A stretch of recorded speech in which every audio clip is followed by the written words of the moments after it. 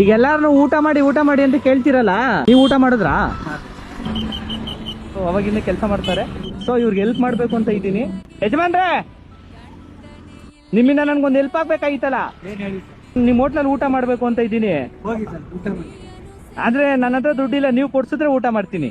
ಅನ್ನ ಸಾಂಬಾರ್ ಕೊಡ್ಸಿದ್ರೆ ಸಾಕು ನನಗೆ. ನಮ್ಮಿಂದ ಹೆಲ್ಪ್ ಅಂದ್ರೆ ನನ್ನ ಹತ್ರ ಇರ್ತದೆ, ತಗೊಳ್ಳಿ. ಕಾಸು ಕೊಡ್ತೀರಾ? ಹೊಟ್ಟೆ ಹಸಿತದೆ ಅಂತೀರಿ, ಹೌದು. ದೇವ್ರು ನಮಗೂ ಎಲ್ಲಾರು ದಾರಿ ಕೊಡ್ಲಿ, ತಗೊಳ್ಳಿ ಊಟ ಮಾಡಿ. ನಿಜವಾಗ್ಲೂನಾ? ನಿಜವಾಗೂ ತಿನ್ನಿ. ಏನ್ ಯಜಮಾನ್ರೆ ಹಿಂಗ್ ಕೊಟ್ಬಿಟ್ರೆ ಕೇಳ್ದೆ ಇಟ್ಕೊನು? ಕೇಳ್ದೆ ಇಟ್ಕಲ್ಲ ಸರ್, ನಾವು ವಸ್ತು ಅಂದ್ರೆ ಯಾರು ದೇವ್ರು ಎಲ್ಲಾರು ಕೊಡಿಸ್ತಾರೆ. ತಗೊಳ್ಳಿ, ನನ್ನ ಹತ್ರ ದುಡ್ಡು ಇತ್ತು. ತಗೊಂಡು ಊಟ ಮಾಡಿ ಸರ್. ಇಲ್ಲ ಯಜಮಾನ್, ನಿಜವಾಗ್ಲೂ ನನ್ನ ಹತ್ರ ದುಡ್ಡಿತ್ತು, ನೀವೇನ್ ಹೇಳ್ತೀರಾ ಅಂತ ಕೇಳ್ದೆ. ನಮ್ಮ ಒಳ್ಳೆತನಕ್ಕೆ ದೇವ್ರು ಎಲ್ಲಾರು ದಾರಿ ಕೊಡ್ತಾರೆ.